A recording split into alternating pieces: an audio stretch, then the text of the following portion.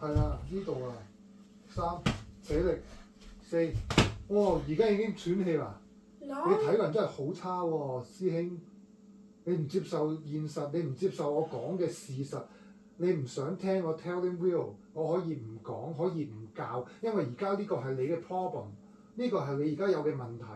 我總共踢咗10腳都唔夠你喘氣，我就話哇你體能都好差嘅人 ，no 你話我啲咩啊？你唔接受我講嘅意見，我可以唔教，因為我頭先問你，你咪唔想打拳，你話你想打，但係你打到一撇屎咁樣。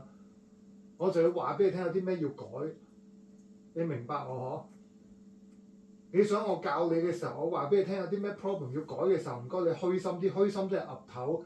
我會改，我知道係你真係要知道有啲咩問題，而我教完你之後，你之後要改，好唔好啊？就唔係同你做乜話我啊？而家呢一刻唔該，你要我教你嘅，你就當我係 coach。呢一刻我唔係爹哋，我係你個 coach。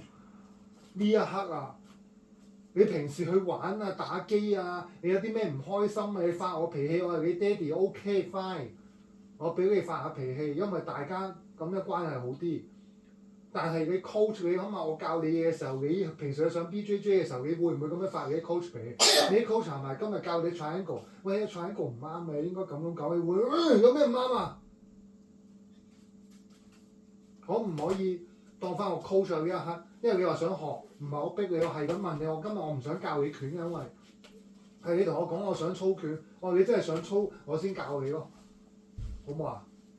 手高啊，摁下，企翻好，唔好企太前。呢個位你最多企喺度踏前一步就踢得，摁下，踢呢度大髀去1，摁下。